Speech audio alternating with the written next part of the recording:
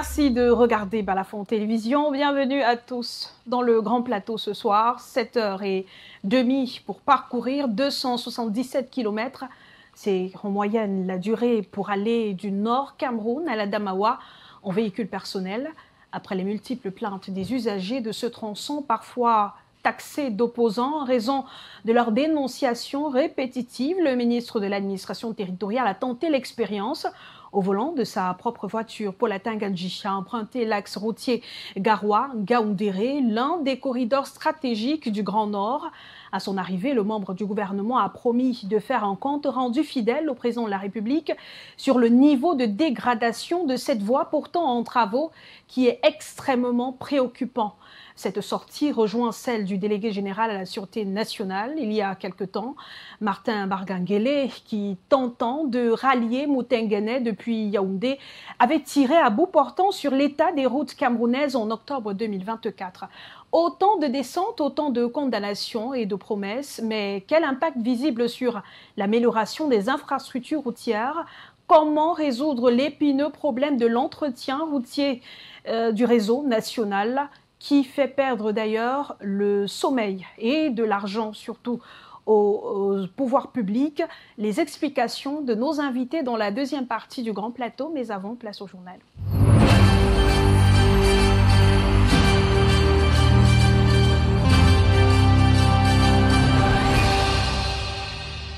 En ouverture, prenons la direction de la ville de Mbouda, dans le département des Bamboutos, région de l'Ouest Cameroun. Là-bas, le problème d'électricité affecte de nombreuses familles. À la veille des examens officiels, plusieurs élèves revisent leurs leçons à l'aide de torches, bougies et lampes, ce qui n'est pas sans conséquences sur la vue. Des solutions pourtant inévitables compte tenu de l'instabilité dans la distribution de l'énergie électrique, à l'origine de plusieurs dégâts dans certains ménages. Bouddha, sous l'obscurité permanente, un reportage de Loïc Tegia et Nickel Tiwa. The inconsistent supply of electricity in Bouddha, a town in the Bamboutos division in the West region, negatively impacts students' academic performance. On coupe la lumière comme s'il n'est pas permis. On coupe la lumière au moins, on peut dire 5 fois par jour. Plus que la nuit, on dort comme ça. Même nos enfants même ne parviennent même pas à apprendre. Les enfants qui ont eu les 11 de moyenne. En deuxième, c'est quand ils sont descendus plutôt en 7 de moyenne. Les plus moudons, les moyens bas qu'on ne parvient même, on ne connaît même pas. Residents report daily power outages, often up to 5 times a day, followed by low voltage that damages equipment and hinders children's education. On coupe la lumière chaque fois. Et quand ça vient sous forme de clignotant et ça grille nos appareils. Et ça nous crée des problèmes. Ça empêche aussi les enfants de fréquenter, d'apprendre. Using torches as an alternative affects school children's eyesight, according to local inhabitants. Les ampoules, alors les yeux font mal. Donc, sur les torches, tu as acheté les torches, les plaques soleil fatiguées, les yeux des enfants font. L'enfant te dit que maman, je ne parviens même pas à apprendre parce que les yeux font mal à cause des torches. The power instability also inconveniences electronic device users who travel long distances to charge phones. Ici à Bouddha, vraiment, les coupures d'électricité, là, ça exagère. Puisque en une journée, on peut couper l'énergie même 5 à 10 fois. Hein. Et quand ça vient, ça dandine, j'ai l'impression que quelqu'un joue avec. Et ça nous grille les appareils. Hein. Présentement, là, je sors réparer mon téléphone chez un technicien. Ça ne va pas. As end-of-year exams approach, Mbouda residents urge for stable electricity to provide a conducive study environment for their children. On parle politique à présent et des élus qui rallient le mouvement pour la renaissance du Cameroun avec fracas. La cérémonie de ralliement de maître Lavoisier Tsapi et autres au MRC dimanche dernier à l'ouest Cameroun a été interrompue par le sous-préfet de Bafoussam Ier.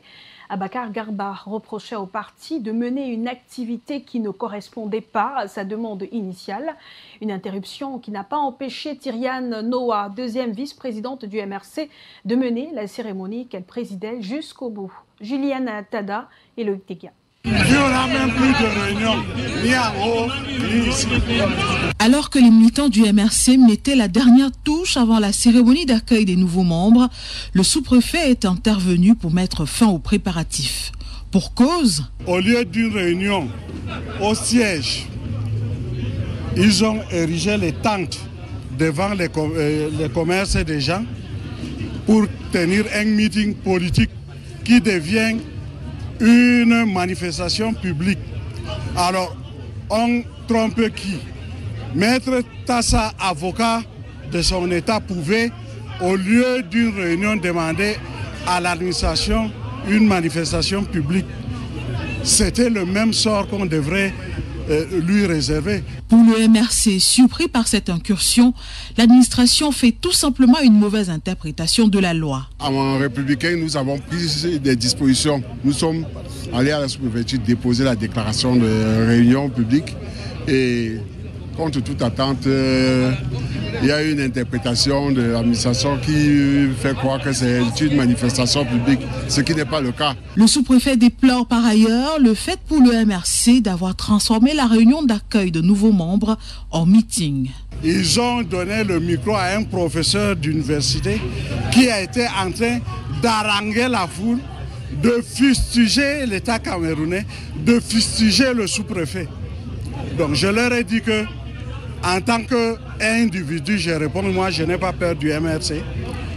Si le MRC choisit de mettre un fossé entre nous, moi désormais je ne vais plus les recevoir dans mon bureau. Le parti dirigé par Maurice Kamto, qui a pourtant de grandes ambitions pour le Cameroun, reste soucieux du respect de la loi avant tout. Nous allons demeurer républicains et travailler dans le souci que la démocratie puisse davantage s'instaurer dans notre pays.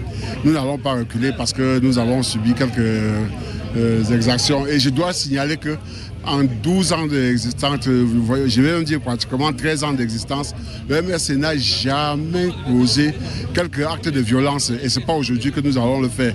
Nous avons le souci de diriger ce pays en nous comportant légalement, républicainement. Et pour ce faire, le MRC est allé jusqu'au bout de son programme du jour.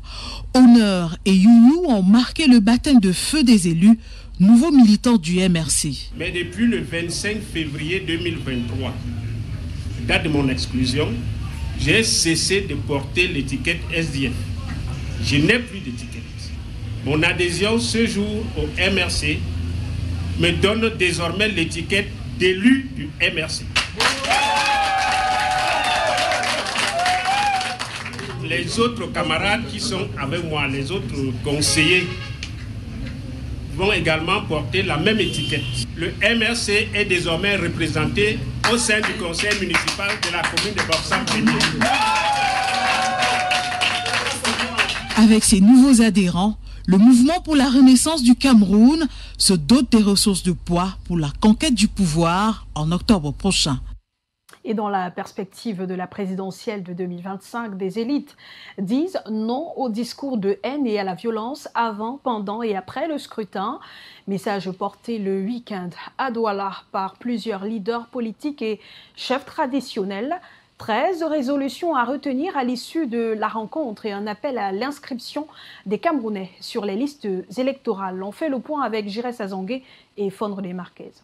Maintaining national cohesion before, during and after the 2025 presidential election was a focus of discussions between very traditional chiefs and political party representatives based in Douala, following a closed-door meeting with representatives from the PCRN, SDF, CPDM, UDC, UNDP and UPC parties. 13 resolutions were adopted, including the rejection of all forms of verbal and physical violence.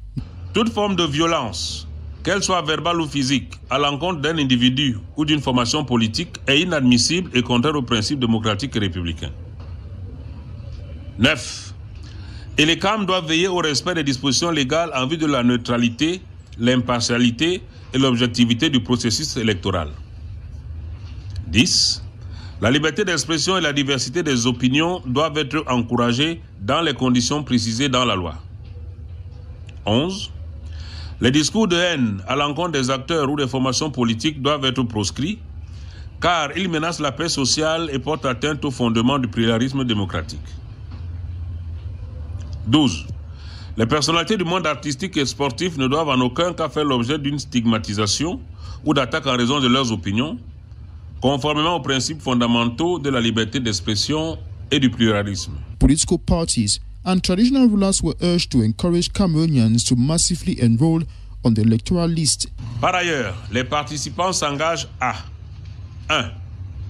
Encourager les Camerounais à s'inscrire massivement sur les listes électorales, à retirer leur carte électorale et à aller voter. 2. Promouvoir la transparence du jeu électoral à toutes ses étapes. 3. Promouvoir des gestes et discours d'apaisement mutuel dans le respect des idéologies et des choix politiques de chacun afin de renforcer le dialogue républicain et la cohésion nationale. 4. Présenter des offres politiques qui respectent le genre et ne laissent aucune communauté à marge sur son terroir. Political actors present praised the initiative taken by traditional rulers, describing it as timely and a valuable guide as they prepare for the presidential poll. Minute présidentielle.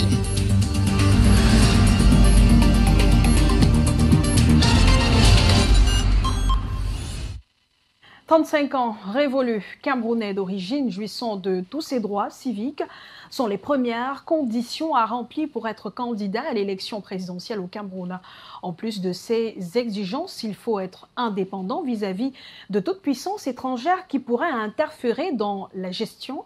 Roland Tapi nous en dit plus à la lumière du code électoral. D'après l'article 110 du Code électoral 1, sont inéligibles les personnes qui, de leur propre fait, se sont placées dans une situation de dépendance ou d'intelligence vis-à-vis d'une personne, d'une organisation ou d'une puissance étrangère ou d'un État étranger. 2.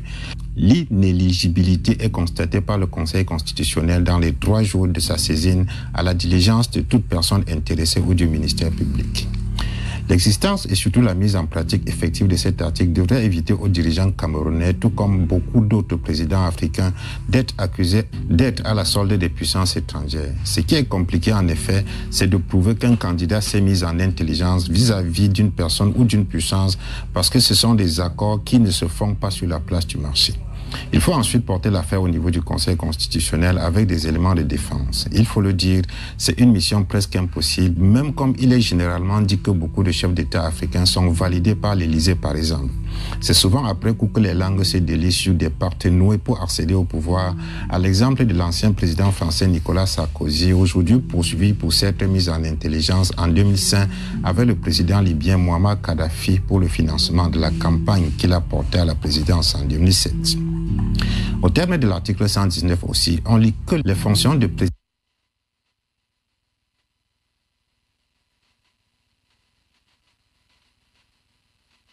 de la République sont incompatibles avec toute autre fonction publique élective ou toute activité professionnelle. Ici aussi,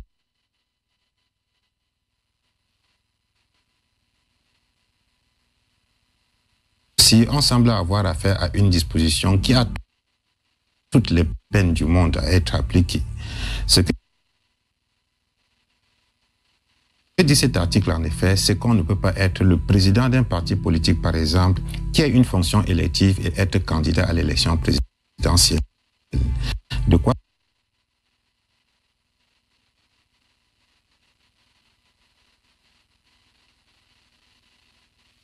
se demander pourquoi Elekam a toujours laissé les présidents des partis politiques être candidats à l'élection, en commençant par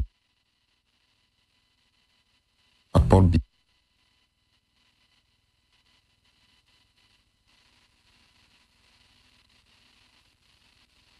Biya, qui reste le président du parti RDPC malgré la fonction présidentielle.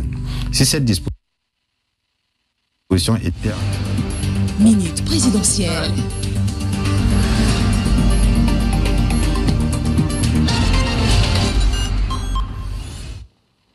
Et toutes nos excuses pour la qualité de cet élément des minutes présidentielles. On aura l'occasion d'y revenir demain. Mais déjà, dans le reste de l'actualité, un cylindre de gaz de 12,5 kg coûtera désormais 6 500 francs CFA contre 8 000 francs auparavant à Bamenda et ses environs. Annonce faite par le ministre de l'Eau et de l'Énergie lors de l'inauguration du centre emplisseur de gaz de pétrole liquéfié de Bamenda-Nkouen. Selon le membre du gouvernement, l'infrastructure permettra de garantir la disponibilité continue du gaz domestique dans la région du Nord-Ouest, stabiliser les prix, lutter contre la spéculation et améliorer le pouvoir d'achat. Fondre Marquez. The recent inauguration of the ultra-modern automated gas filling center in Bangshe, Bamenda-Nkouen, the Mezam division, will make domestic gas affordable, according to Minister of Water Resources and Energy, Gaston Ilundu Isumba. Reduce and harmonize the price of domestic gas, bottle and avoid speculation. The bottle of 12.5 kilograms will be sold at Bamenda, in Bamenda at 6,500 CFA francs. Aside from the price drop from 8,000 CFA francs to 6,500 francs, over 1,000 direct and indirect jobs will be created, while also reducing deforestation. Its operation will make it possible to reduce deforestation and the effect of climate change, to promote the population health through the use of clean cooking energy, to create around 1,000 direct and indirect jobs, to relieve congestion at the already structured SDP depot in Bafoussam, to reduce fraud in the domestic gas sector, and to increase the national domestic gas storage capacity. Minister Gaston Ilundu Isumba called on the management to combat fraud. I also call on the administrative authorities to be vigilant in the fight against fraud, given that some dishonest distributors unfortunately engage in a wide range of fraudulent practices to the detriment of the households. Minister Ilundu also announced plans to replace damaged transformers which will alleviate electricity issues. There are also plans to replace several transformers in order to bring electricity to households in this locality and its surrounding. The contract for the project has already been signed. The center, whose construction began in 2022, has a capacity to fill 600 to 650 cylinders per hour, according to the construction company's management.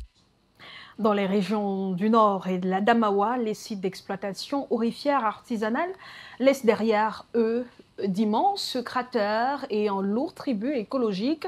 En 2024, plus de 340 hectares ont été dégradés selon l'association Forêt et Développement Rural, aggravant les pertes humaines et mettant en péril la faune sauvage. Les acteurs de la chaîne se sont réunis à Ngaoundéré en fin de semaine dernière pour s'interroger sur la dérive du secteur, ses impacts et les perspectives d'une gestion plus durable. Le reportage d'Amadou Bello, notre correspondant dans la Damawa. Vue du ciel, un trou d'une dizaine de mètres de profondeur est visible sur ces sites d'exploitation minière. Chaque année, les sites miniers des régions du Nord et de la Damawa enregistrent des pertes en vies humaines ainsi qu'un impact considérable sur la faune sauvage. Cette activité contribue véritablement à la dégradation de l'environnement.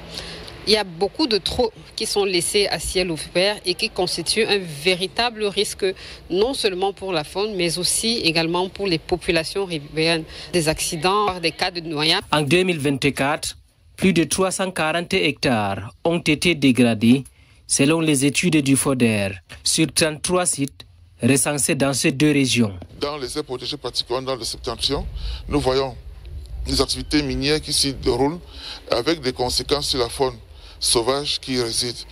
En temps normal, les aires de conservation ne sont pas dédiées pour l'exploitation minière, mais c'est beaucoup plus en termes de préserver l'habitat de la faune sauvage. Les études menées sur ces sites abordent l'impact des activités minières artisanales sur la faune, le flux financier illicite généré par cette activité et l'importance de l'orpaillage dans le développement socio-économique local. Les travaux de Ngaoundéré visent à favoriser les échanges entre les parties prenantes du secteur minier dans le septentrion, prendre connaissance des conclusions issues des 3 sites mentionnés et réfléchir sur les enjeux du secteur minier dans les aires protégées de conservation. Amener les personnes à pouvoir réfléchir comment est-ce qu'on peut encadrer ce secteur de façon à ce que l'impact de l'exploitation artisanale minière soit perceptible sur la vie des communautés et que cela contribue aussi également à l'économie nationale. Une étude menée en 2016 révèle que moins de 10% de la production d'or était canalisée dans le circuit formel, un gap pour les caisses de l'État du Cameroun. En culture, il sera l'une des guest stars de la Champions League de l'humour en Afrique centrale. Boubakary, artiste ivoirien aux multiples facettes, est attendu le 15 mai prochain à la place Saint-David de Bonondjo à Douala pour l'acte 21 de la Nuit du Rire. Originaire de Côte d'Ivoire, Boubakary s'est imposé comme une figure incontournable du rire africain grâce à un style à la fois authentique et percutant, découvrant un aperçu de son potentiel dans cet élément de Sébastien Oyébé. Les débuts de Boubakary dans le monde artistique remontent à plusieurs années, alors qu'il fait ses premières armes sur les scènes locales ivoiriennes, avec un style original, mélangeant humour, imitation et musicalité. Très vite, son aisance sur scène, sa capacité à incarner des personnages et son art subtil de tourner l'actualité en dérision lui valent un succès fulgurant. On m'a donné le travail de sécurité. J'arrive là-bas, en gros, on doit me bosser là. Le monsieur me demande, ça va? Je dis oui, ça va. Je suis lui avec lui. Il dit oui, ça va. Il dit, ah, tu es prêt pour le boulot? Je dis, si je n'étais pas prêt, je ne viens pas ici. Il dit, d'accord. Après les Français, est-ce que tu parles anglais? Je dis, ah, les volets, les vont quitter en Amérique. Son style particulier repose sur un humour finalement ancré dans la culture populaire ivoirienne. Nourri de ses talents d'imitateur hors pair, il jongle avec les voix, les accents, les attitudes et donne vie à des personnages hauts en couleur. L'année 2021 marque un tournant décisif dans sa carrière avec une moisson exceptionnelle de distinctions. C'est Pédoum 2021, ambassadeur même de la culture africaine. Là, c'est la finale. Le meilleur humoriste africain 2021. Aujourd'hui, Boubakary est bien plus qu'un humoriste. Il est un véritable ambassadeur de la culture ivoirienne. Un artiste populaire au charisme indiscutable, capable de rassembler des foules par son rire contagieux et son regard satirique sur la société. Sa participation à la Nuit du Rire s'annonce déjà comme l'un des temps forts de cette grande célébration de l'humour africain. Un événement Balafon TV avec le soutien des partenaires.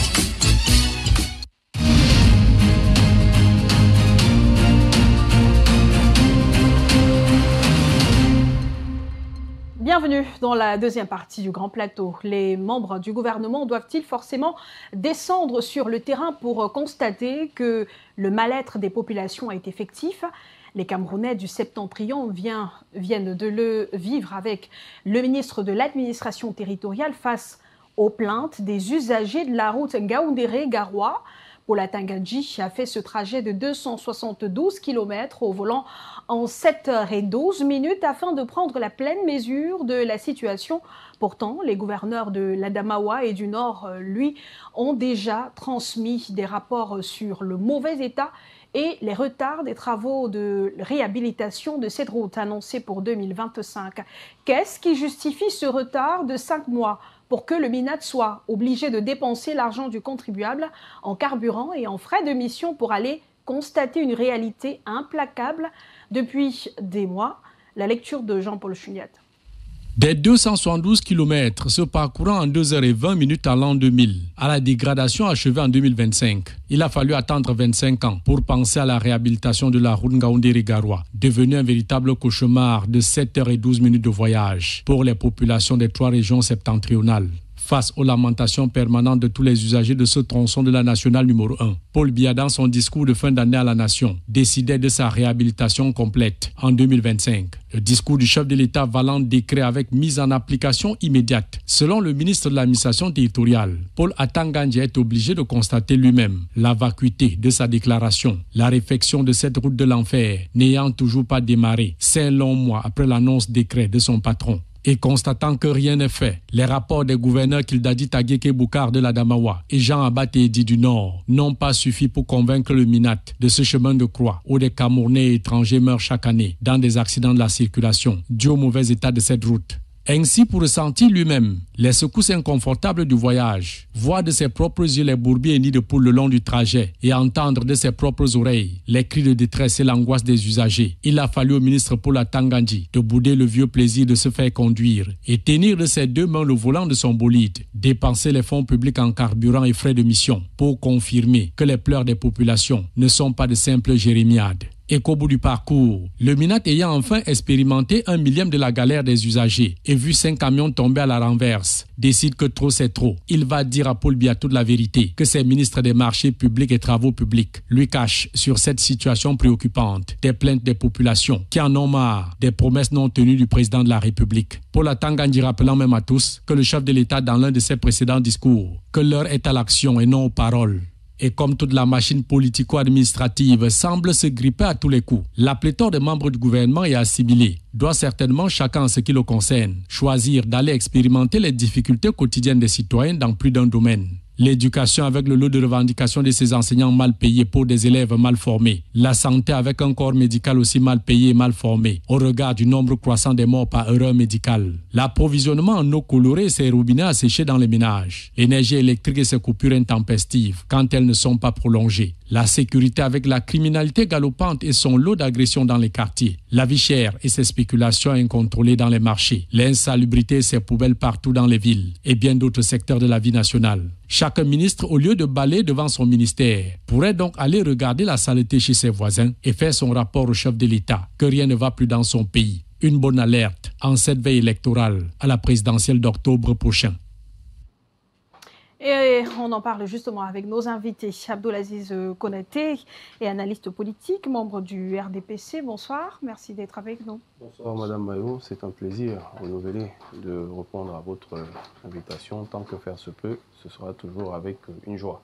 Merci de l'amitié qui me faites. Bonsoir Didier Yimkwa, militant écologiste. Bonsoir Madame, merci de m'avoir invité.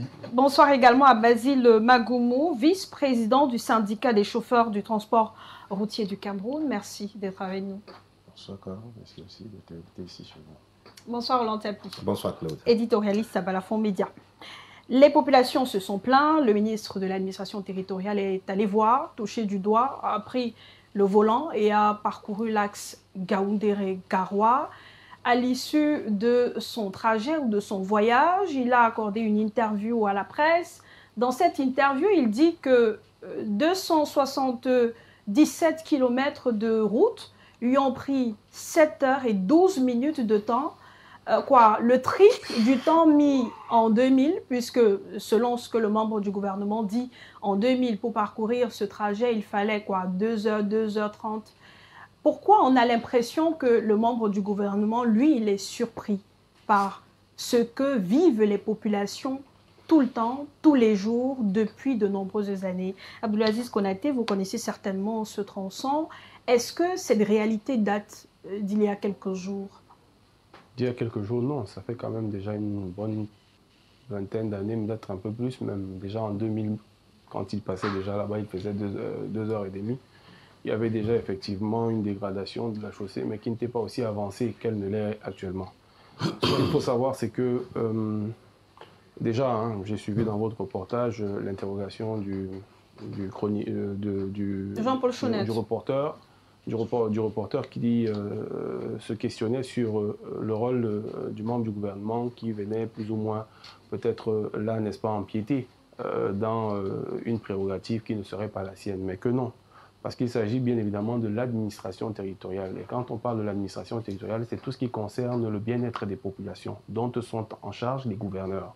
Et le patron des gouverneurs, c'est le ministre de l'administration territoriale. Les gouverneurs, ne l'oublions pas, sont les représentants du gouvernement sur, bien évidemment, les différentes zones de commandement qui leur sont incombées. Donc, à ce juste titre-là, il était de bon ton que le ministre de l'administration territoriale, patron donc de ces gouverneurs-là, puisse, en plus des rapports qu'il a déjà reçus, très certainement concernant cette situation rocambolesque, aller toucher lui-même du doigt, puisqu'on sait, aujourd'hui, je pense que c'est assez clair, c'est un homme du terrain, c'est un homme qui généralement n'aime pas se laisser simplement raconter, ou du moins recevoir un certain nombre de rapports, mais aller toucher du doigt.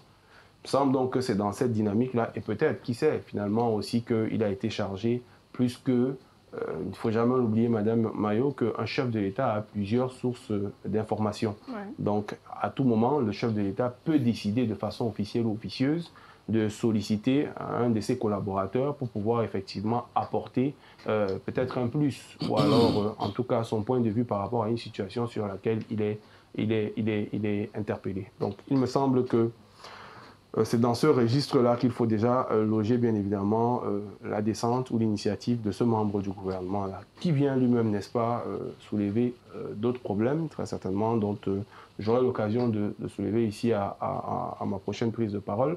Mais déjà dans la forme en elle-même, bien évidemment, elle a toute sa légitimité, parce que qui de mieux que lui, en tant que justement patron des responsables du gouvernement, qui sont les gouverneurs sur le terrain, de venir toucher du doigt pour faire un rapport qui pourrait effectivement, n'est-ce pas, permettre à ce que, quand on sait que le chef de l'État, quand même, ne l'oublions pas, dans son discours de politique générale du Nouvel An, bien évidemment, avait déjà annoncé l'effectivité ou le démarrage des travaux sur ce tronçon-là en avril, au mois d'avril, tel qu'il avait été architecturé déjà en 2024 par la convention qui avait été signée par le MINEPAT et la BAD. Donc, comment est-ce qu'au mois d'avril, et pourquoi est-ce que les travaux n'ont pas démarré, il était de bon temps que le ministre de l'administration territoriale, qui a une double casquette, je sortirai par là, en même temps président du Conseil national de la sécurité.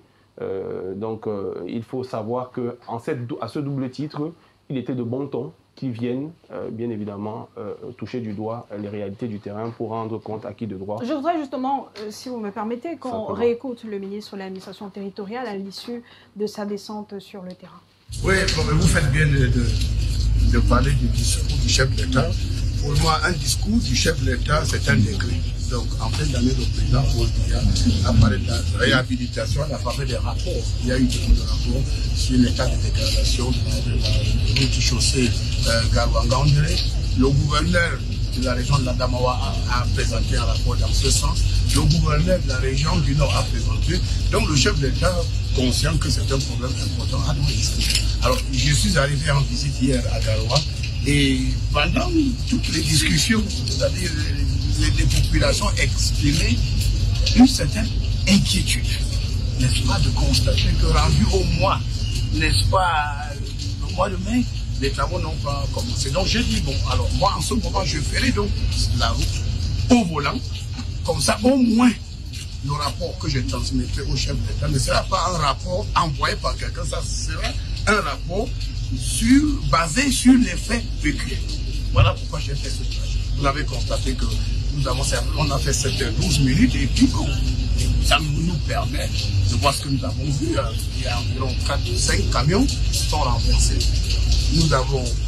On lutte avec les nids de poules, on lutte avec les morts. Donc bref, il y a une préoccupation. Alors à un certain niveau, les populations sont sorties et j'ai dit au sous-préfet de rassurer les populations que nous pouvons comprendre, n'est-ce pas, les inquiétudes, une certaine frustration, mais j'ai dit, au moins, j'ai fait le trajet au volant de la voiture. J'ai fait ce trajet en 2000, alors j'ai fait quoi? C'était 2h20 minutes en 2000. Alors j'ai fait le même trajet aujourd'hui avec l'escorte et une voiture, on peut dire, adaptée, 7h12 minutes. Donc vous voyez à peu près la différence de 2000 et 2025. Donc, c'est donc vous comprenez pourquoi le chef d'État, père de la nation, a inscrit la réhabilitation de cette route dans l'agenda du gouvernement. Une interview du ministre de l'administration territoriale Paula Tangandji, mais qui ne décrit pas véritablement la réalité sur cette route. Il est vrai qu'il fait le point de ce qu'il a vécu, de ce qu'il a vu, du temps qu'il a mis sur le terrain. Mais Basile, vous êtes à la tête d'un syndicat qui réunit les chauffeurs. On imagine que dans ce syndicat, il y a beaucoup de chauffeurs qui sont habitués de ce tronçon. Qu'est-ce qu'ils vous disent? Quelle est la réalité de cette route, au-delà du temps mis qui a triplé? Merci Claude. Il faut déjà comprendre que ce tronçon-là de Gaoundéré-Garoua nous a tellement coûté tant bien des accidents de perte de matériel et autres. Et du jour au lendemain, cette route s'empire toujours et toujours. Et pour vous dire vrai, en 7 heures de temps, vous ne pouvez pas faire Gaoundéré-Garoua ce jour-ci. C'est sensiblement 10h30 pour celui qui est puissant au volant. Il y en a même qui font pratiquement 2 jours, vu leur chargement et toutes les sécurités qui lui permettent, n'est-ce pas, pour ne pas faire renverser son camion. Donc, dit que Gaoundéré-Garoua, c'est un bon jour, c'est pas vrai. Et c'est pas le seul. Il faut aussi voir que tous ces corridors au Cameroun ne sont pas, n'est-ce pas, des vrais parcours. C'est des parcours de combattants et avec des nids d'éléphants. Gaoundéré-Garoua n'est pas en reste, mais il faut aussi noter que la nationale numéro 2, la nationale numéro 1, la nationale numéro 12, je voulais préciser, la nationale numéro 12 et Yagua, Garoua, donc à partir du carrefour, là, Madaga, justement, là où le nouveau pont est en train de rallier le Cameroun et le Tchad. Demain aussi, on en parlerait de ce côté-là. Nationale numéro 2, Kribi, qu'est-ce qu'il dit? Ebolova, Ambam et Gabon, Guinée. Demain, on en parlera également parce que les Tchadiens ont déjà choisi ce côté-là pour faire leur trafic. Ça ne sera pas aussi facile, et vu aussi la largeur qui est en moins de 6 mètres. Alors, Claude, ces routes nous causent beaucoup de tort. Les usures précoces des pièces de véhicules, sans toutefois oublier aussi des maladies que ça cause sur des chauffeurs. Ces chauffeurs-là aussi qui n'ont même jamais vu un médecin de travail, que je souhaiterais bien qu'il soit là, malheureusement. Et sans toutefois aussi oublier la qualité de la marchandise. On est souvent obligé de livrer des marchandises déjà avariées, parce que les conditions, la durée qui a été réservée pour la livraison a un peu dépassé. Vu le climat et autres, ça ne va pas. Dit qu'on est fier de cette route ou bien fier de nous-mêmes dans cette activité, pas du tout bien. Sans toutefois aller loin. Et il y a 3 chauffeurs qui sont en cellule aujourd'hui, par conséquence de cette route-là qui aussi a augmenté la consommation du véhicule. Vous voyez un véhicule qui quittait de Douala pour Koussiri, avec moins de 1500 litres en aller-retour, un camion, je vous l'ai dit, en aller-retour, se retrouve en train de faire 2000 litres. Ça, c'est dû à l'état des routes. Et quand il rentre, il fait un compte rendu, on lui dit que c'est du vol. Et immédiatement, tous 3 sont en cellule dans une société du port là, et dans une brigade dans la zone du port également. Tout ça, c'est la conséquence due à l'état des routes. Alors, dit que le chauffeur est à l'ERS en ce jour-ci, ça a encore compliqué ce secteur professionnel de la route qui n'a jamais vu du beurre sur son chemin. Voilà. On parle d'une route dont l'état a été dénoncé depuis des années, Didier Yimkwa. Ça ne date pas d'aujourd'hui, mais à chaque fois, on a l'impression que rien n'avance. C'est vrai qu'il y a des travaux de réhabilitation qui ont été annoncés, qui n'ont pas commencé, qui ont commencé, qui se sont arrêtés pour défaut d'indemnisation, entre autres raisons évoquées. Pourquoi à chaque fois, lorsqu'un problème comme celui-là est posé sur la table, il n'est pas immédiatement résolu? Il faut absolument ou à tous les prix qu'un membre du gouvernement descende sur le terrain pour que on voit des journalistes faire des papiers ou alors qu'on voit véritablement que des lignes bougent? D'abord, je suis un peu gêné et très surpris que le ministre de l'administration territoriale soit surpris de ce qui arrive à nos routes. Madame, gouverner, c'est prévoir. Prévoir, c'est planifier. Et on ne peut planifier que si on a la maîtrise des dynamiques démographiques. Ça, c'est la base des politiques publiques de développement. Or, chez nous, ça me rappelle à une certaine époque, dans les années 90, j'imagine comment vous étiez, il y a le professeur Fabien Boussi-Boulaga, paix à son âme. Lorsque vous lui posiez la question de savoir quel est le type de gouvernance au Cameroun, il avait créé un néologisme, le coutumérisme. C'est-à-dire, on était dans le court terme. Quand il était un peu fâché, il parlait de la gouvernance par l'embuscade. C'est le professeur Fabien Eboussiboula. Or, nous y sommes. Lorsqu'on parle des infrastructures, il y a un concept qui nous concerne, nous les militants écologiques, c'est l'empreinte écologique. L'empreinte écologique, c'est la pression que l'homme exerce sur une infrastructure ou bien sur une œuvre d'art. Une œuvre d'art. Ou un ouvrage, voilà. Donc vous voyez donc que le Cameroun n'est pas en guerre. C'est vrai qu'on a quelque chose, on a des choses comme ça à l'extrême, non. Mais on n'a pas jeté les obus sur nos routes. C'est des routes qui ont été dépassées. Vous ne pouvez pas gérer par la tricherie. À un moment donné, vous êtes coincé. Moi, j'ai suivi l'excellent reportage de Jean-Pierre Chounial. Tous les secteurs d'activité sont dans l'engorgement. Quand vous prenez les ordures ménagères, c'est la même chose. Quand vous prenez l'école, vous avez les salles de classe de 100 élèves, alors que l'UNESCO nous parle de 30 élèves. Vous prenez la santé, c'est un médecin peut-être pour 50 lits, alors qu'il faut un médecin pour 9 lits. Donc tous les secteurs, tout ça parce que on n'a pas, à un moment donné, on a oublié le Cameroun. Le dernier recensement général remonte à 2005. Nous sommes en 2025. Tous les spécialistes de la démographie vous diront que après 20 ans, la population double. Et chez nous, nous sommes dans les supputations. Nous utilisons tout ce qui nous vient de la Banque mondiale, bien du FMI. Nous sommes à peu près à. Or, le recensement général n'est pas seulement le comptage de la population. Il y a beaucoup de choses dans le recensement général. Le taux de mobilité, le taux de ceci, le comportement, le chômage des jeunes. Il y a plein de choses là-dedans. Et c'est à la base de ce postulat que l'on imagine les politiques publiques de développement. On ne l'a pas fait. C'est pour ça que nous sommes là. Il n'y a rien de catastrophique. Hein. Rien du tout.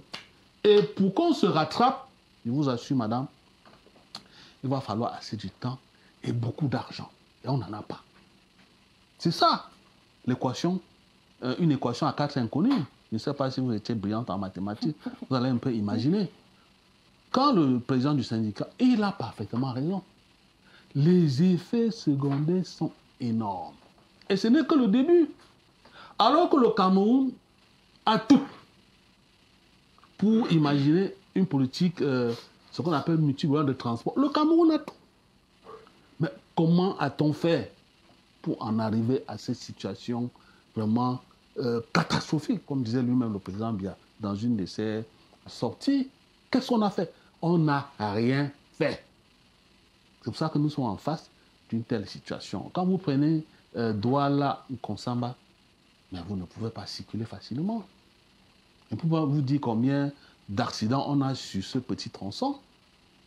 Vous êtes obligé de rouler 6 heures, 7 heures, 8 heures de temps sur une route où vous auriez dû passer 2 heures, 3 heures de temps. L'économie d'un pays, c'est le transport, madame. Ce n'est pas moi qui le dis, c'est toutes les économies. Et même les importations, tous les logisticiens vous diront que ceux qui travaillent dans les importations au port, partout, vous diront que tout se gagne sur terre. Quand vous avez enlevé au port, c'est sur le routier. Là. Voilà, tout se gagne là-bas. Or, on pouvait tout faire en multipliant plusieurs types de transports pour réduire ne serait-ce que l'empreinte écologique. Aujourd'hui, l'empreinte écologique est très très forte sur nos routes. C'est les populations, c'est... Vous savez, quand les populations augmentent, les besoins augmentent, évidemment, tout augmente. Donc la pression sur des routes, voilà la situation dans laquelle nous sommes aujourd'hui. On a choisi entre la planification, entre ce que, à l'époque, le président Aïdjo, il parlait des plans quinquennaux, nous avons choisi le court terme. Et ça nous rattrape. Donc les routes camerounaises de manière générale, pas seulement le tronçon Gaoundéré-Garoua, les routes sont dépassées. Toutes les routes, moi je connais cette route. Plusieurs fois je suis allé dans le si c'est donné, donc, le fait qu'on sache tous que les routes sont dépassées, si cette donnée est connue, quel est l'intérêt maintenant, Roland Tapi, d'effectuer une descente comme celle du ministre de l'administration territoriale? Abdelaziz disait tout à l'heure que ça rentre vraiment dans ses compétences parce qu'il est le ministre du territoire, il a reçu des rapports des gouverneurs de régions, ainsi de suite. Mais pourquoi maintenant et pas depuis? C'est la question qu'il faudrait bien se poser. Pardon, est-ce que c'est aujourd'hui qu'il sait que ça rentre dans ses compétences de descendre sur les routes ou pas. Disons tout simplement que le ministre Atanga se positionne là maintenant comme le porte-parole de l'opposition. On ne peut que lui souhaiter bonne arrivée chez les antipatriotes, parce qu'effectivement, dans ce pays, quand on décrit les choses comme elles sont, c'est qu'on est antipatriote, on est en train de salir l'image du pays. On ne voit pas qui a fait ce dont on parle, mais on voit plutôt celui qui en parle. Donc, M. Atanga, tout simplement, bienvenue dans le cercle des antipatriotes, mais j'aurais souhaité qu'il aille un peu plus loin. C'est-à-dire qu'en dehors de l'état de la route qu'il a constaté, qu'il paye le carburant utilisé de ses propres poches. Comme ça, il aura mesuré également les difficultés, les problèmes des Camerounais à pouvoir payer le carburant qui est devenu extrêmement cher. S'il l'aurait fait, c'était très bien. S'il avait également pu, après avoir fait ça, envoyer la voiture au garage pour lui-même s'occuper des pannes qu'il aurait rencontrées sur cette route, là, il aurait fait, je dirais, à 10% le travail. Mais ça s'arrêtait seulement sur le niveau de la route. Mais ça, c'est bien connu. C'est pour dire quoi que c'est bien qu'il constate aujourd'hui que la route est mauvaise. Mais il ne faut pas qu'il oublie que cette route mauvaise n'est que la partie visible de l'iceberg misérabiliste des Camerounais au quotidien. Et si c'est dans ses compétences de s'assurer que l'état des routes, ou bien du bien-être des Camerounais, et que les rapports des gouverneurs ne suffisent plus, effectivement, qu'il descende dans les écoles, qu'il descende dans les hôpitaux, qu'il aille un peu partout, qu'il aille dans les marchés voir comment est-ce que les commerçants, les commerçantes font pour survivre au quotidien. C'est bien beau aujourd'hui de vouloir faire un buzz en disant qu'il a fait la route en 7h30 minutes, en 7h12 minutes. Alors qu'il a fait il y a 20 ans en 2h30. Une fois de plus, là, on peut dire merci à Atanga de constater lui-même, le niveau de décrépitude dans lequel son gouvernement, qu'il défend aujourd'hui, son champion, qu'il défend bec et ongle, a plongé le Cameroun depuis 20 ans au moins. Parce qu'il faut dire, cette route qu'il a pratiquée en 2h30 minutes il y a 20 ans, c'était déjà le résidu de ce qu'a laissé l'illustre prédécesseur. Alors, depuis ce temps, qu'est-ce qu'eux-mêmes ont fait? Merci de constater que vous-même, en 20 ans, vous avez plongé le Cameroun dans une situation qu'on ne peut plus apprécier. Et après ça, s'ils doivent venir nous dire de refaire confiance à ce même gouvernement, à ces mêmes personnes qui sont là depuis 20 ans et qui, quand on dit 20 ans, c'est pour minimiser, parce qu'en réalité, ce gouvernement qui est là, qui est comptable de ce qui nous arrive, est là depuis 43 ans. Donc s'il fait son bilan seulement sur 20 ans, ça veut dire qu'il n'a pas encore tout fait. Donc, de manière globale, c'est bien de faire le constat. Mais c'est surtout important de reconnaître que c'est indicateur de l'échec d'un système. Et comme on l'a dit tantôt, ce n'est pas seulement cette route, Garouanga-Ondiri, qui a autant de problèmes. Ça, c'est même des routes qui ont été créées et presque aménagées à l'époque. Mais depuis lors, de nouvelles routes qui devaient être aménagées. Où en est-on? Ici, pour quitter Douala et rallier, seulement Yabassi ici qui est à 80 km. Il y a une route qu'on essaie d'arranger depuis peut-être 10 ans aujourd'hui. Tantôt, le premier tronçon de Bonepoupa a été fait, mais le moment de dire qu'on va peut-être voir ce que c'est, on dit qu'il s'est affaissé parce que la pluie a fait ceci ou cela. Entre-temps, le premier tronçon PK14 Bonepoupa reste encore en stand-by, on ne sait pas ce qui se passe. On nous a promis l'autoroute Douala-Yaoundé, ça a commencé sur 60 km, supposé être livré ces 60 premiers kilomètres, mais à peine on commence à pouvoir l'utiliser que le gouverneur sort une note pour dire que les camions ne doivent pas passer sur cette route parce qu'ils sont en train de la dégrader. On dirait que la route a été faite pour le tricycle. Voyez-vous, on est dans un cycle et en cette année électorale, c'est de bonne guerre de faire des sorties de cette façon pour laisser croire aux populations qu'on est trop soucieux de leur sort et qu'on va tout faire pour que les choses s'arrangent. Est-ce que c'est parce que le ministre de l'administration territoriale est sorti aujourd'hui que ça change quelque chose par rapport à ce qui est connu sur cette route. Est-ce que c'est parce qu'il va venir dire... On a l'impression qu'il est en train de dire, au lieu des rapports qu'on écrit, et que peut-être le président de la République ne lit pas, je vais aller moi maintenant toquer sa porte, dire que monsieur le président, j'ai vu la route là, elle n'est pas bonne du tout, il faut qu'on arrange. Est-ce une façon de mettre en doute les rapports qui sont faits avant, ou bien est-ce une façon de dire qu'il a une compétence, une efficacité meilleure que les autres? Attendons pour voir, parce qu'on va avoir d'ici 2 mois si quelque chose de sérieux aura été entamé sur cette route, mais pas seulement sur cette route. Parce qu'il ne faut pas se limiter à cette route. Comme je dis, c'est la partie visible de l'iceberg. Il y a beaucoup de domaines comme ça qu'il faudra attaquer d'ici peu. Justement, est-ce qu'on devrait s'attendre peut-être dans les prochains jours à une autre descente dans une autre localité où le problème de route, justement, se pose à chaque fois? Espérons-le. Espérons que d'ici là, qu'il fasse, par exemple, lui, il a parlé tout à l'heure du tronçon qui mène jusqu'en RDCA, la nationale numéro 2. Gabon-Guinée, ça c'est même pour les routes qui sortent du pays pour l'étranger. On s'attendra à ce que d'ici là, ils partent à Bafang et qu'ils fassent la route Bafang-Konjok-Yabassi et qu'il fasse l'État lui-même. On s'attendra à ce qu'il rentre dans... on ne peut pas citer ces différents points du pays où on ne peut pas, à partir de Douala, là où nous sommes, si on veut aller à Bafia, qui est dans le centre et qui est à vol d'oiseau plus proche de Douala, on est obligé d'aller passer par Yaoundé pour remonter à Bafia, ou bien passer par l'ouest pour remonter à Bafia, alors qu'on peut créer des routes qui partent par exemple de Pouma, ou bien de Déa, ou bien de Bomniébel, pour aller directement et que ça rendrait la vie plus facile à tout le monde. Et rien de tout cela le fait. Est-ce qu'il va progressivement aller dans toutes ces zones pour dire qu'effectivement, il y a des choses à faire? Est-ce qu'à côté de ça, il va aller voir les salles de classe pour constater qu'on a 120 élèves en classe de terminale et les bancs sont tellement serrés dans la salle de classe que l'enseignant ne sait pas où se tenir?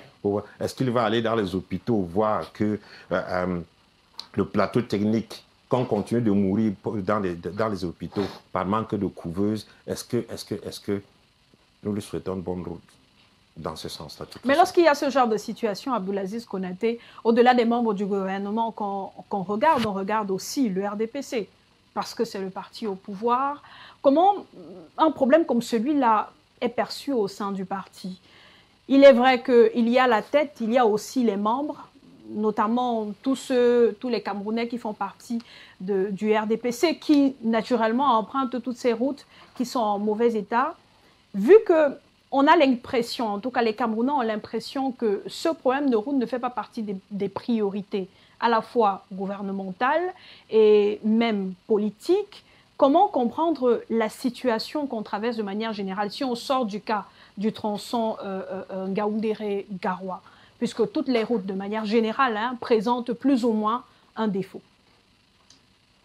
Madame, il serait bien, serait opportun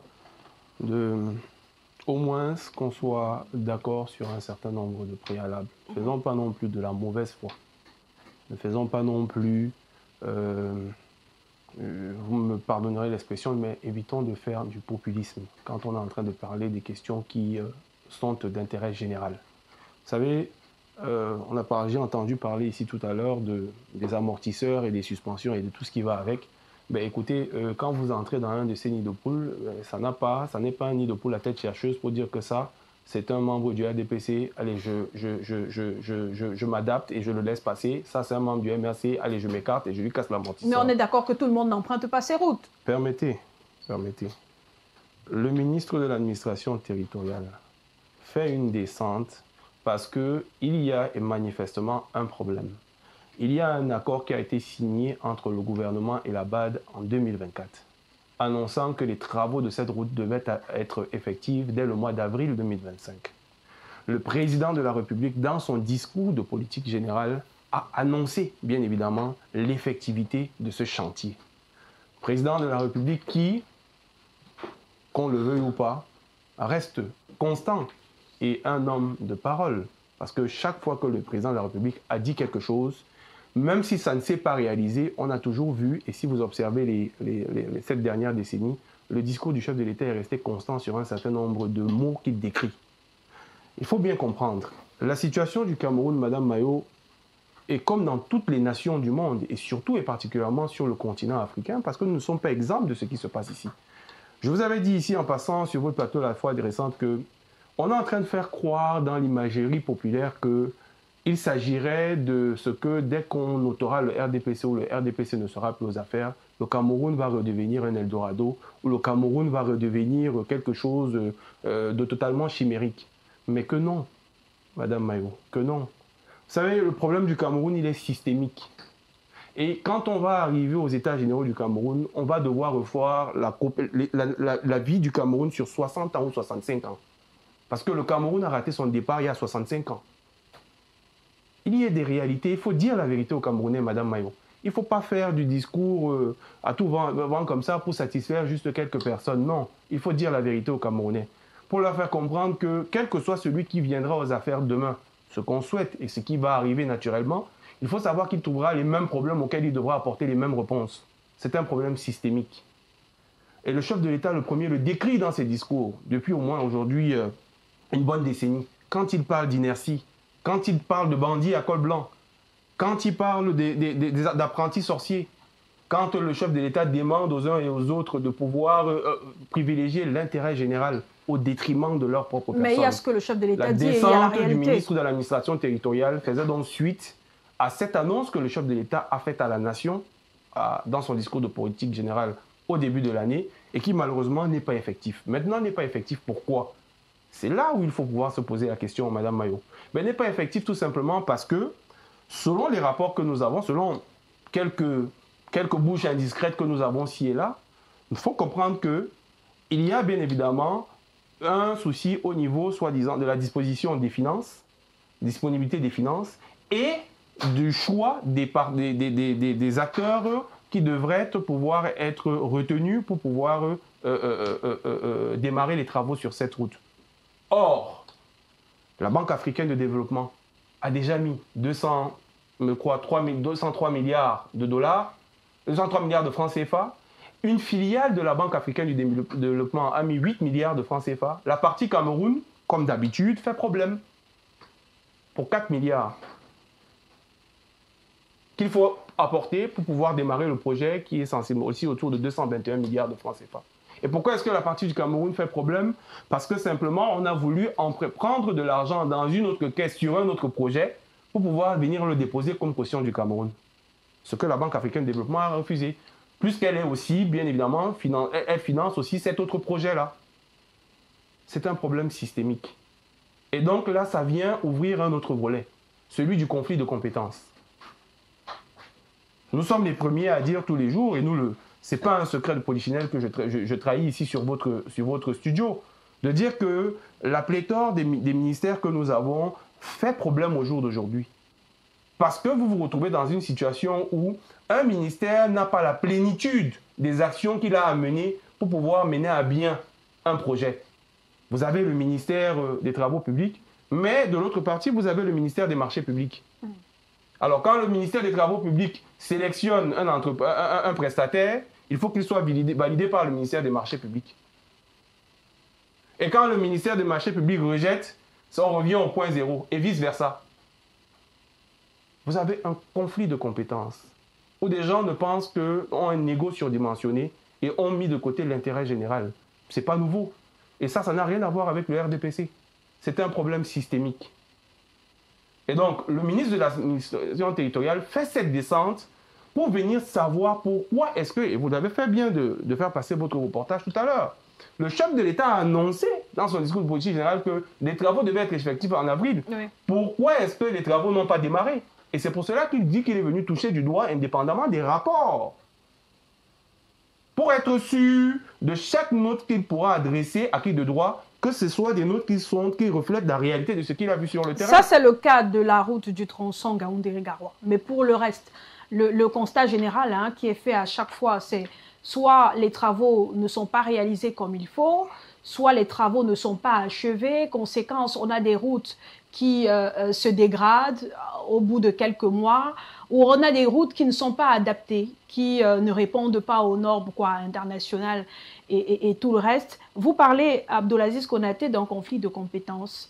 est-ce qu'il n'y aurait pas aussi ce flou dans l'attribution des marchés, par exemple, Didier Yimkwa, puisqu'on a à chaque fois sur des routes comme celle de Bonnet-Poupa, des travaux qui ne répondent pas forcément à l'environnement, à l'espace géographique, d'où cette image qu'on a là, une route qui est faite, qui n'est même pas encore mise en circulation, mais qui s'affaisse. Ça rejoint la dénonciation à chaque fois du fait qu'on attribue des marchés aux entreprises qui ne sont pas capables de le mener, ou de les mener. Madame, vous savez, je ne sais pas qui a prononcé le nom RDPC ici, là, parce que RDP, ça ne m'intéresse même pas. Moi, je fais des analyses holistiques. Quand vous allez dans un village ici à Idéa, juste après le pont, là, vous allez à l'intérieur, c'est dans l'arrondissement de la Dibamba, pour aller sortir à Sinkou. J'y étais, ça fait pas 2 mois, pour un travail sur l'environnement. Madame, dans ce village, vous avez à peu près 7 grandes carrières. 7 grandes carrières.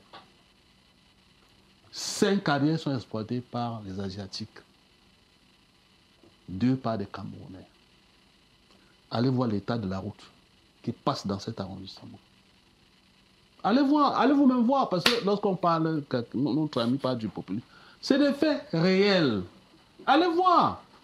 J'ai la chance, madame, de mener une activité qui me permet d'aller sur le terrain. Ils ne sont pas nombreux qui font le terrain. Je peux faire le tour du Cameroun au moins 4 fois par an. Je sais de quoi je parle. Allez voir. Il se pose un problème, ce qu'on appelle, paraît-on parler, le problème de l'élite au Cameroun. Vous avez une petite élite là, qui meurt d'étouffement pendant que la grande majorité meurt de famine. Allez dans ce village, je voulais voir le maire pour demander au maire, monsieur le maire, comment est-ce que vous pouvez accepter, vous avez dans un village 7 grandes carrières, ça sort pas 5 coups, 7 grandes carrières pour tomber sur l'Arsenou là. Vous n'avez pas de route. Quand vous rentrez dans cet arrondissement, vous avez l'impression que c'est comme si on avait jeté les obus. C'est comme si on était à Gaza. Mais c'est pas ce qu'on voit. On voit. Ça se voit, ça s'observe. Il ne faut pas être sorti de l'école, il ne faut pas être ingénieur de pont et chaussée, sorti de Polytechnique pour apprécier cette route. Ça fait pleurer, madame. Ça fait pleurer. Vous comprenez? Maintenant, vous me parlez de passation de marché. S'il y a 66 ministres, qui les nomme? Il y a quand même un arbitre.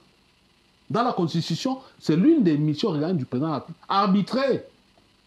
Ce n'est pas moi qui écris. La Constitution est là. Nous, dans notre moyen écologique, nous disions que pour le Cameroun, on n'a pas besoin de 15, on a autre besoin de 15 ministres. Parce que quand vous prenez les ministères qui ont un impact avec l'environnement, vous pouvez, 7 ministres, ça fait un ministre, un ministère. Vous comprenez? Moi, je suis trop peiné qu'à chaque fois, on dit, Paul Biya fait ceci, les ministres disent, c'est la kangourisation du président de la République. Ça dit le kangourou, ça dit on s'accroche sur le président Biya. On parlait de l'électricité, Paul Biya a dit que, on parlait des déchets, Paul Biya a fait que, on parlait de la route, Paul Biya a dit que. Mais quelle est la partie, qu'est-ce qui revient donc à l'action gouvernementale? Paul Biya définit, c'est lui le chef de l'État. Il a été élu sur un programme. Il définit les politiques publiques de développement. Et vous et le gouvernement est là pour les mettre en musique. Mais quand ça va, il faut démissionner. Il faut démissionner. Madame, les Camerounais souffrent. Partout. Elle se le dit, c'est du populisme. Peut-être mon ami Abdelaziz fait partie de cette élite qui est bien. Mais qu'il soit solidaire de ceux qui ne sont pas bien. Et qu'il ne se fâche pas qu'on dise que les gens ne sont pas bien, ne sont pas à l'aise. Peut-être parce qu'il n'est pas au courant. Je ne lui en veux pas. S'il part d'ici pour Garoua, il prend, ou bien Maroua, il est toujours dans l'avion. Cela va de soi qu'il ne soit pas au courant, effectivement, de ce que ceux qui n'ont pas le privilège de s'acheter un billet d'avion puissent être victimes de cette mauvaise route. Je vous ai dit que c'est partout au Cameroun et c'est dans tous les secteurs. Il a utilisé un mot que j'aime, il a dit que c'est systémique. Mais derrière systémique, c'est l'homme. C'est l'action d'un homme. Si le président se rend compte que ça ne va pas, il frappe. S'il ne frappe pas, vous voulez que je frappe à sa place, qui nomme le président? Ce n'est pas lui. Le président est là, au magistère à Etoudi depuis 43 ans. Mais il est là depuis 1962. Qui mieux que lui connaît le Cameroun? M. Abdelaziz. Qui mieux que lui connaît le Cameroun? Il se trouve aujourd'hui, ce n'est pas moi qui ai dit qu'il est le créateur des créatures. Il n'y a pas un fonctionnaire plus intelligent, plus rusé et plus informé que Paul Biya. Il est là depuis 1962. Donc il connaît. Il maîtrise les réalités. À un moment donné, posez-lui une certaine question. Je me rappelle à l'époque, c'est mon gars, lorsque le président Biya est allé à l'Assemblée, dit que je vous ai donné la démocratie. C'est mon gars, dans sa deuxième lettre, il a demandé que est-ce que le président là, on vit même ensemble ici au Cameroun. Comment il peut tenir ce genre de langage? Heureusement que cette fois-là, on ne lui a pas collé un procès.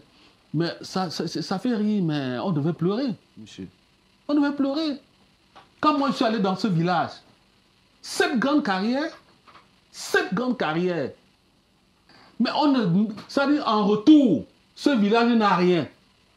L'état de la route. Vous circulez dans les bosquets. Vous êtes obligé d'écarter les herbes pour passer. Alors que la nature nous a tout donné. Et c'est la réalité vécue dans plusieurs localités, dans plusieurs villages. Même si elle est dénoncée, il n'y a pas d'amélioration, vous voulez réagir? Ok. Il faudrait quand même que je précise. Je crois que ici, votre question, parce que je crois qu'on est totalement sorti du cadre de ce pourquoi nous sommes là. Vous nous avez posé la question de savoir pourquoi ou qu'est-ce qui justifie que le ministre de l'administration territoriale maintenant se rende compte seulement d'un certain nombre de réalités que vivent les Camerounais. Et j'apportais donc une réponse claire pour dire que la situation qui induit à ce que le ministre se retrouve sur le terrain fait partie d'une annonce que le chef de l'État a fait dans sa politique de discours général suite à des conventions que le gouvernement a prises en 2024. Donc le ministre de l'administration territoriale descend pour savoir, et très certainement ça peut être sous instruction officieuse, pas forcément toujours officielle du président de la République, pour pouvoir savoir mais pourquoi est-ce qu'au mois d'avril, les populations jusqu'à présent de ce côté-là ne voyaient pas les travaux démarrer. Ça peut être une des préoccupations auxquelles, bien évidemment, est allé répondre le ministre de l'administration territoriale. Mais pourquoi toujours... Ça n'enlève en rien le fait, Madame Maillot, et je pense vous l'avoir dit ici la dernière fois, que quand je quitte de Magba pour aller chez moi dans le Mayo Bagno, une route de moins de 180 km, je fais 10 heures dans les conditions optimales. Et quand il pleut, je fais 2 jours de route. Ça n'enlève en rien que depuis 30 ans, on attend du goudron de ce côté-là et qu'on vient de mettre les engins et après les campagnes, on les enlève et qui vont avec.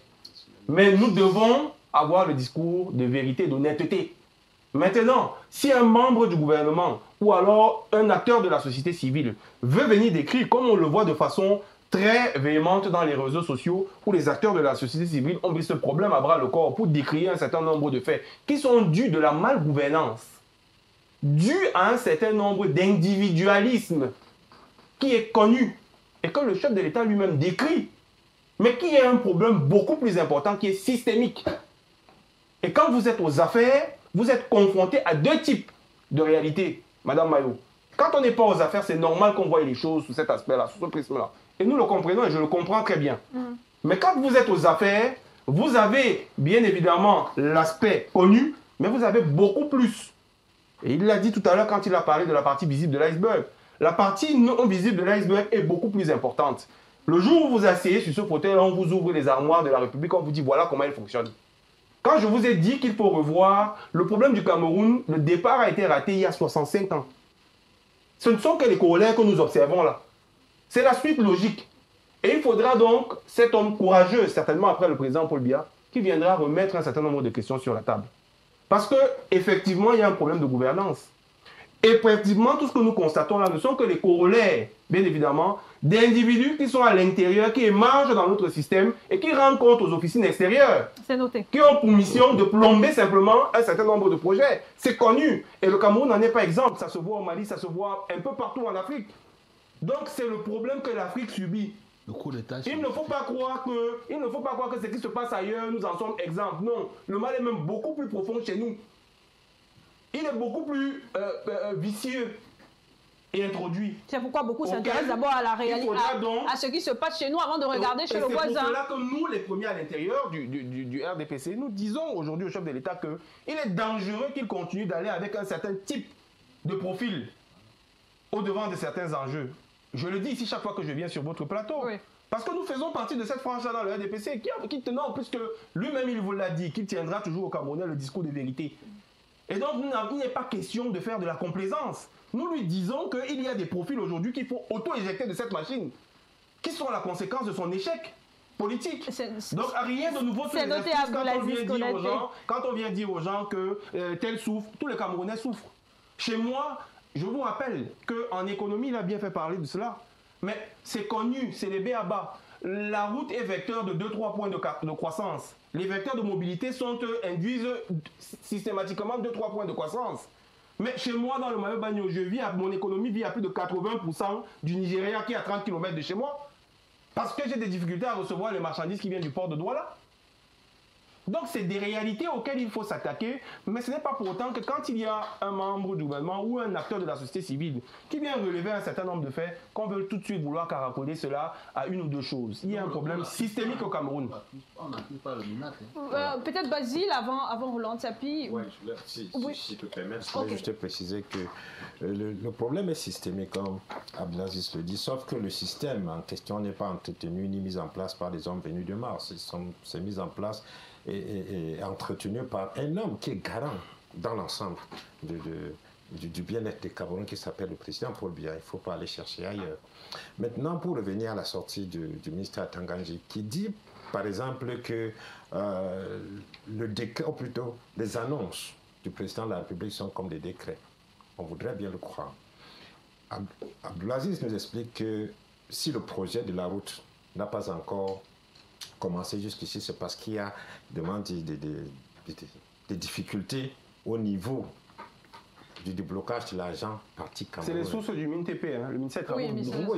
C'est pas moi qui le dis. Il n'y a pas de problème à ça. Je suis parfaitement d'accord là-dessus. Sauf que si on est dans la logique du ministre Tanganji qui dit que les discours du président de la République sont comme des décrets, il faut bien savoir que quand un décret est signé à 17h, il est appliqué à 18h dans ce pays. Quand on a nommé quelqu'un à 17h, pourquoi est-ce que pour ce qui est de la route, une parole qui est dite par le président de la République, qui est assimilable à un décret, doit attendre 5 mois et on constate que ce n'est pas encore mis en application. Il y a quelque chose qui se passe. Est-ce qu'au moment où le président de la République parle, il n'a pas toutes les informations pour savoir que les 4 milliards nécessaires de la partie camerounaise ne sont pas disponibles au point où on commence... Attends, les autres parties, dit-il, ont déjà débloqué l'argent qui devrait le faire, qui est déjà à plus de 200 milliards de francs CFA. Mais le Cameroun, lui, doit débloquer seulement 4 milliards. Il n'arrive pas 3%. 3%. Il n'arrive pas à le faire depuis 4 mois. Il faut se poser des questions essentielles. La priorité est où, finalement, si on ne peut pas débourser 4 milliards de francs CFA pour entamer une route aussi importante, alors que dans le même temps, tenons-nous bien, il y a eu des décaissements sur ordre, dit-on, sur haute institution du même président de la République, des milliards de francs CFA pour payer des entraîneurs et autres dommages collatéraux qu'on a causés à des individus. La priorité est où dans tout cela? Donc, au moment où il le dit, au moment où il annonce la route, il est supposé savoir qu'il y a des disponibilités financières qui sont prêtes à ce que cela soit fait. Ce n'est pas quand c'est bloqué que le ministre lui a venu dire et constater que je suis venu parce que depuis que le président de la République a dit ce n'est pas encore fait. Le décret, tout comme pour celui qu'on nomme et qu'on installe le lendemain, ce qu'il a dit devait prendre effet immédiatement le 1er janvier pour qu'on soit aujourd'hui en train d'avancer sur cet état de ressources. C'est ce que je voulais rappeler tout simplement. Et Basile s'interrogeait sur le profil de la personne même qui dénonce. Même s'il a compétence pour, il donne l'impression à chaque fois que ce n'est qu'à lui que le chef de l'État donne le travail. La preuve, il dit à la fin qu'il rendra compte de manière fidèle au président de la République. On a vu beaucoup de syndicats se mobiliser à chaque fois lorsqu'il y a un problème de route. On se souvient sur la route Maroua, Dabanka, Kousseri, il y avait une grève Maroua, Kousseri et Maroua, Garoua. Voilà, il y avait une grève des chauffeurs qui avait quand même plus ou moins conduit à la réhabilitation d'une partie de la route. est-ce que, bon, les syndicats dénoncent à chaque fois oui, mais est-ce qu'il y a des réactions qui vont au-delà de ces pansements qu'on appelle souvent là? Et quelles sont les propositions que vous faites à votre niveau? S'il faudrait que je réponde directement en matière de propositions, le chauffeur est appelé à utiliser la route et non à faire des propositions pour une construction de route. Sauf que le chauffeur est victime à la fois du mauvais état de la route et des instructions gouvernementales, vu que sur une mauvaise route, vous dénoncez à chaque fois le fait qu'il y ait plus de contrôle qu'avant et ce qui crée un manque à gagner. Je revenais encore à dire ici, le chauffeur utilise la route, ne juge pas l'état de la route, mais regarde plus l'état dégradé de la route. Alors, si jamais le chauffeur pouvait avoir une bonne route, je pense qu'on devait avoir moins de contrôle. C'est juste parce qu'il n'y a pas de route qu'il y a la facilité même aux policiers de se placer et raquer ou bien tromper et de raquer. Faire le contrôle. Faire le contrôle. Faire le contrôle, oui, au petit mot. Faire le contrôle pour abuser les chauffeurs. Si justement on avait des routes de qualité, où tu peux rouler sensiblement 60 km/h sans toutefois t'arrêter même pendant 2 heures, 3 heures de temps, le policier viendra faire quoi là-bas? C'est parce qu'il n'y a pas de route. Le gars sait que non, les vivres ne viennent pas. Et j'ai moins d'argent. Qu'est-ce que je fais? Il se rend en route et puis il va venir tracasser pour avoir 25 francs. Parce qu'il n'y a pas de route. Lui-même, il ne vit pas bien. Celui qui est en route pour freiner le chauffeur dans ses activités. Là n'est même pas encore le problème. Le vrai problème que le chauffeur a sur ces routes-là, c'est ces agressions, la durée du voyage, la maladie, parce qu'il y a des chauffeurs qui meurent en route. Non-matérialisation même de la voie publique. Oui. Non-matérialisation même de la chaussée. Grave. Le frère disait tantôt que c'est une histoire qui a été ratée depuis 65 ans. Je voulais bien savoir, est-ce qu'en 90, on ne mouvait pas bien? On se déplaçait sans problème. Moi, je pense que c'est parce que les suivis de maintenance de nos voies ne sont pas respectés. Vous voyez, madame? Mais Didier Yongwa disait que ce sont des routes dépassées en même temps. Oui. Au-delà de la maintenance qu'il faut faire, ce sont des routes qui ont fait leur temps. Il y a des services qui sont appelés à souligner les états dégradés de la route, tels que la Sécouroute, Conaroute et autres. Que font ces gens-là? Le budget qui est voté pour eux, comment ils utilisent ça? Pourquoi on ne les interroge pas? Et le pauvre chauffeur vient mourir pour déclarer les recettes des péages. Les états de route. Les recettes des péages. Les ponts basculent. On va bien dire ici que c'est la pression exercée par la surcharge. Quelque part, on va se tirer souvent sur la surcharge, la mauvaise utilisation de la route, c'est-à-dire la surcharge. Le pont bascule fait quoi? Même pas devant des ponts bascule dans des entrées, c'est des parties de la route les plus dégradées. Dans des entrées de ponts bascule, les structures qui sont censées, n'est-ce pas, réguler le poids normal des véhicules à rouler sur la voie publique. C'est un véritable paradoxe. Et c'est là où vous versez beaucoup d'argent. Vous voyez qu'il y a tellement de laisser aller au point où ce n'est plus le problème, mais le problème revient sur la santé, sur le plan social, familial des chauffeurs et autres. Alors, je pense qu'il est temps pour nous de quitter sur le côté de la population pour devenir citoyen. Et au sorti, le ministre Atangadi n'est pas le seul membre, le grand membre du gouvernement qui a eu à utiliser ces routes-là. Si j'ai bonne mémoire, le SCDPR a été sur ce côté-là. Si j'ai bonne mémoire, la ministre des Villes... de l'Habitat, Célestine Ketchakoutès. Célestine Ketchakoutès a été de ce côté-là. Vous pensez que leur voix ne porte pas aussi devant le président de la République, sauf si peut-être, comme octobre 2025 est proche, c'est une voix pour nous dire que attardons-nous un peu, ça sera fait, parce que c'est le côté le plus fort. Donc, ça ne va pas et le chauffeur ne se sent pas bien. Mais le chauffeur demande quoi, compte tenu du problème des routes? Il veut une route lisse ou il veut une route de bonne qualité, matérialisée aussi? Quels sont les états d'une bonne route? Une route qui ne cumule pas de l'eau, une route qui a des bancs d'arrêt d'urgence, une route qui a des aires de repos. Mais si le chauffeur a ces routes-là, pourquoi est-ce qu'on doit crier encore ou demander trop? Il n'y en a pas. Le chauffeur, parfois, peut même manquer de quoi manger parce qu'il n'a pas atteint le village prochain où il peut se ravitailler. Tout ça parce qu'il n'y a pas de route. Je vais vous prendre l'exemple simple. Avant, nous, on quittait Ngaoundéré à 4 heures. On prend 2 heures de temps, on descend la falaise, on sait qu'en B, 2h30 ou 1h45, on a un B, on se ravitaille. Et une fois après un B, tu peux faire environ 2 heures de temps, tu te retrouves au carrefour Labinga, carrefour Lardo, tu te ravitailles. Mais aujourd'hui, madame, même en 8 heures de temps, tu n'atteins pas Ngunao, Rabinga. Nguna est à 100 km de Garoua, 170 km de Ngaoundéré.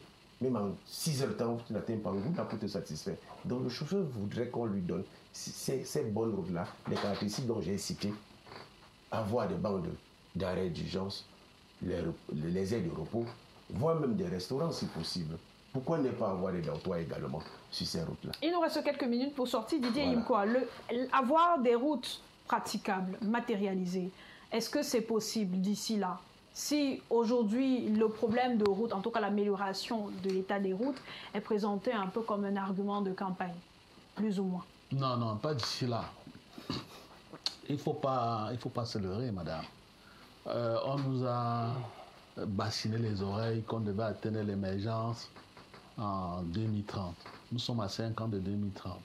On n'en parle même plus. Hein. Même ceux qui parlaient trop de la SND 30, eux-mêmes n'en parlent plus parce qu'ils savent que c'est quelque chose de chimérique. Moi, il peut peut-être me contredire. Il semble que de Kribi à Douala, il n'y a pas une structure qui mesure la surcharge des camions. Il semble que ça n'existe pas. Si, ça existe, puisque les voitures qui viennent de Kribi arriver au carrefour Idéa remontent comme ça pour aller au paysage avant de redescendre. Ils ne passent pas pour aller directement à Douala. Forcément. Vous voyez un peu, vous voyez où je vais aller. Ça veut dire que le cycle de vie de ces roues-là, si ça devait durer 10 ans, ça va durer 5 ans. Et tous les ingénieurs de pont et chaussée vous diront que après 10 ans, on évalue la résistivité là, ou bien la résistance d'une route. Tous les 10 ans. Mais tel n'est pas le cas ici au Cameroun. Une route bonne faite, bien faite. Hein. Mais oui, à un moment donné, il faut quand même se poser des questions. Où vont les recettes des péages? Une partie est quand même réservée pour entretenir. Ça va où? On nous a déjà fait un jour une évaluation de toutes ces recettes. On allait quelque part en bout là-bas construire des péages électroniques avant même les routes. Qui ne fonctionnent pas. Non, ce pays, c'est quand même une république de paradoxes. Il ne faut pas se leurrer. Il n'y a pas d'argent. Nous avons Boko Haram à l'extrême nord qui grève énormément le budget du Cameroun. Nous avons nos eaux. Vous croyez qu'on va fermer tous ces poches de conflit-là parce qu'il faut arranger les routes? Il faut d'abord résoudre ces problèmes. Donc SND 30, c'est une chimère, hein. Il ne faut même pas y penser. Et la solution immédiate, la solution ne viendrait pas maintenant. En tout cas, de votre point de vue. Prier. Maintenant, il faut prier. Prier simplement et attendre Abdoulaziz, que le régime change, qu'on ait un nouveau président de la République pour espérer avoir au bout, peut-être après 7 ans de mandat aussi, dans un premier temps, de belles routes praticables, moins de problèmes d'eau, d'électricité, ainsi de suite? En tout cas, nous pensons que la situation extrêmement préoccupante dans laquelle le Cameroun se trouve actuellement peut être résolue en 5 ans, si on s'attaque vraiment au nœud gordien du problème. Si le président de la République est appelé à être élu de nouveau en octobre par les Camerounais, écoutez, la seule chose qu'on peut souhaiter, c'est qu'il se pense véritablement sur ce gouvernement budgétivore qui en réalité n'a pas lieu d'être. On espère que c'est un gouvernement qui va vraiment prendre une bonne cure de régime et qu'on va avoir un gouvernement à un format beaucoup plus réduit, avec bien évidemment des acteurs qui seront nouvellement entrants dans ce gouvernement-là, pour impulser effectivement une dynamique nouvelle. Celle-là, en réalité, qui n'est pas si difficile que ça. C'est un problème de courage, c'est ce que nous pensons. Nous pensons que c'est un problème de courage pour s'attaquer à des problèmes véritablement profonds, sur lesquels s'est adossé bien évidemment l'édification de notre nation. Et malheureusement, ces problèmes-là, au jour d'aujourd'hui, si vous avez des gens qui sont accrochés ou alors qui ont des privilèges, des petits privilèges, il sera difficile pour eux de prendre des décisions courageuses. Mais tout ce que nous observons là ne sont que les corollaires d'un faux départ, qu'on peut régler en 5 ans. je dis bien en 5 ans, le Cameroun peut reprendre sa vitesse de croisière qu'on lui a connue d'antan. Et ça, c'est possible, mais il faut pouvoir effectivement mettre les acteurs qu'il faut à la place qu'il faut. Et on espère que si c'est le président Paul Biya, il aura ce courage politique, en tout cas, qui sera son dernier souffle. Et si ce n'est pas lui, que le prochain président de la République prenne vraiment le taureau par les cornes. En tout cas, rendez-vous en octobre. Voilà. On saura qui pourra nous sortir de ce problème de route, entre autres. Merci à nos invités, merci Basile, merci Didier Imkwa, merci Abdoulaziz. Merci Roland Zapi. Merci à vous à la maison, merci aussi à l'équipe technique et rédactionnelle. Très bonne fin de soirée, rendez-vous demain à 19h30.